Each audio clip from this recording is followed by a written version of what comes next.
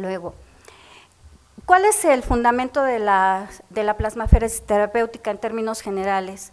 Se basa teóricamente en la reducción de la carga de las sustancias patológicas a través del retiro de estas de la circulación, por ejemplo, anticuerpos, lípidos, etcétera, que nos estén afectando directamente al paciente. Siempre el plasma que extraigamos deberá ser reemplazado con líquidos que mantengan la volemia en términos generales.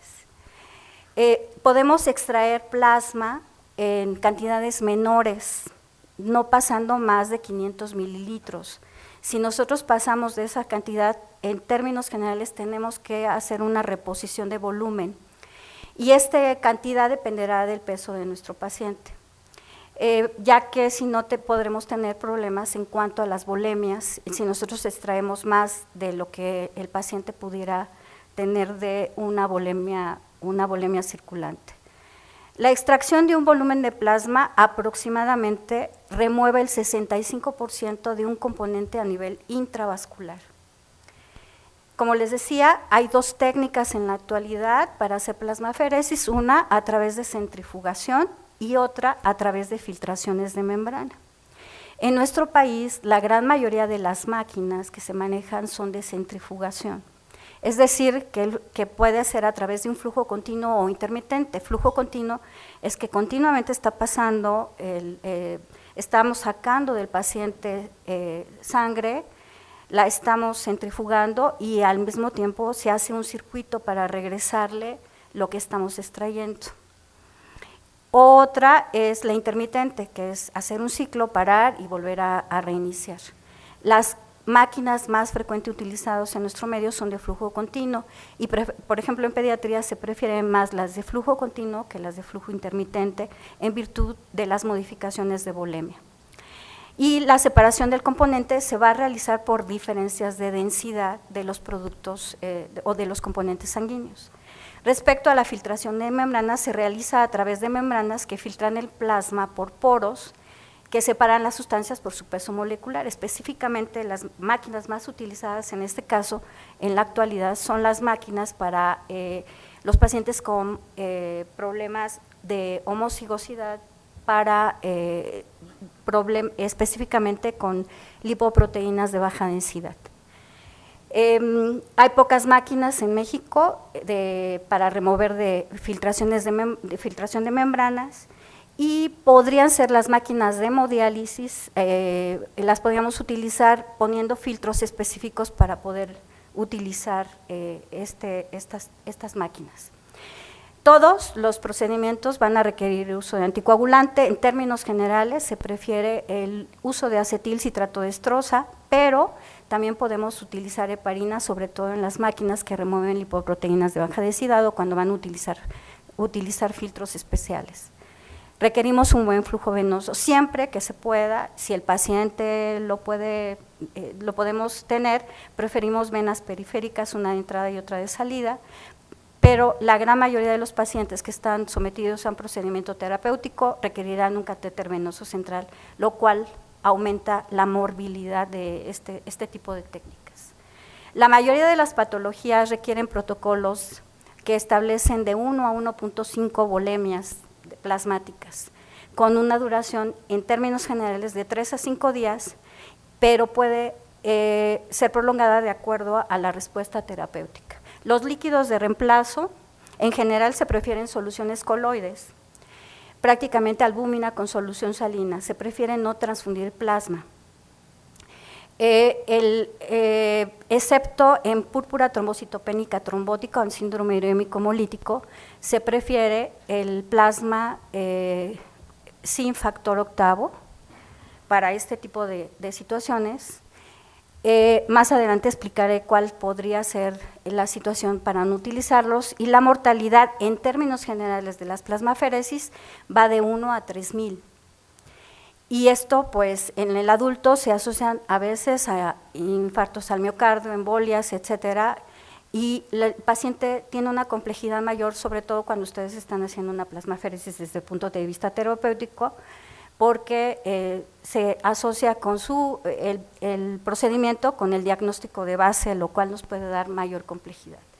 Otras complicaciones que ya son, digamos, más técnicas son burbujas de aire en las tubuladuras, podemos provocar hemólisis por tubuladuras estrechas, torcidas dentro del circuito, hipo o hipervolemia, por lo que comentábamos anteriormente, estamos manejando el líquido y dependerá mucho de la función, de la función cardíaca, de la función renal de nuestro paciente y de la entrada de líquidos y la salida de los mismos. Los catéteres son una gran complicación porque básicamente tenemos problemas de flujo insuficiente, mala colocación. En sí, la colocación del catete pues, nos puede dar hemorragia, neumotórax, trombosis, embolismo, sepsis. Es una de las complicaciones principales de los pacientes que tienen que, al igual que en otras patologías, utilizar un catéter. Toxicidad al citrato, como comentamos, básicamente hipocalcemia, que puede ser manifestada en los pacientes que están conscientes, con sentir calambres en extremidades. En el paciente pediátrico muchas veces no nos dice que tiene, simple y sencillamente puede haber hipotensión y puede haber vómito y alteraciones del estado de conciencia en algunas ocasiones, pero lo principal es hipotensión en el paciente pediátrico. Reacciones transfusionales adversas cuando utilizamos plasma es la urticaria, eso es una de las complicaciones principales y obviamente si utilizamos plasma o productos, pues las infecciones transmitidas por transfusión, que todo. Un cálculo rápido para que ustedes recuerden es cómo sacar los volúmenes sanguíneos totales. El volumen sanguíneo total se varía de acuerdo a la edad que tienen nuestros pacientes. En neonatos calculamos a 100 mililitros por kilo, en lactantes preescolares y escolares a 80, en adolescentes y adultos a 70 y en mujeres a 65. Esto tomando en cuenta la cantidad de agua y grasa que existe en el organismo. Las fórmulas son para volumen de sangre total, el volumen de acuerdo a la edad por el kilo de peso, el volumen de glóbulos rojos también los podemos calcular, que sería el volumen de sangre total por el hematocrito del paciente. El volumen plasmático es el volumen de sangre total por una constante de 1 menos el hematocrito. Así, un ejemplo rápido, un niño de 5 años con peso de 18, vean ustedes que tendrá un volumen sanguíneo total de 1440, una cantidad de glóbulos rojos de 461 y un volumen plasmático de 979 mililitros. El masculino de 25 que poníamos en el ejemplo tendrá un volumen sanguíneo total de 5.250 mililitros, tomando en cuenta la constante que decíamos de 70 por el peso que tenía. El volumen de glóbulos rojos por punto 29, que era el hematocrito que comentábamos, sería de 5.522 y el volumen plasmático, tomando en cuenta, sería de 1.470 mililitros. Entonces, estas fórmulas sí son importantes para calcular los procedimientos de plasmaféresis y les sugiero que las recuerden. Luego, en la actualidad, las enfermedades tratadas por féresis como en los 70s, 80s, con el uso de los separadores empezaron a tener un incremento notable, incluso en patologías que ni siquiera tenían una relación causal para poderles hacer la féresis. A medida que ha ido pasando el tiempo, la Sociedad Americana de Aféresis y la Sociedad de Banco de Sangre, entre otros, han establecido categorías para poder realizar los procedimientos y que sean basados en los reportes que se presentan en la literatura, los resultados y demás, con el fin de tratar de equilibrar y que las indicaciones no sean tan disparadas al respecto. Se clasifican en términos generales en la categoría 1 de un tratamiento totalmente aceptado como la primera línea de tratamiento. La 2 es tratamiento suficiente con evidencias de ser eficaz combinando con otros tratamientos. El 3 son evidencias controvertidas y el 4 se desconoce hasta el momento su eficacia. No dicen que no pueda ser indicada, pero requiere estudios más controlados para poderla realizar.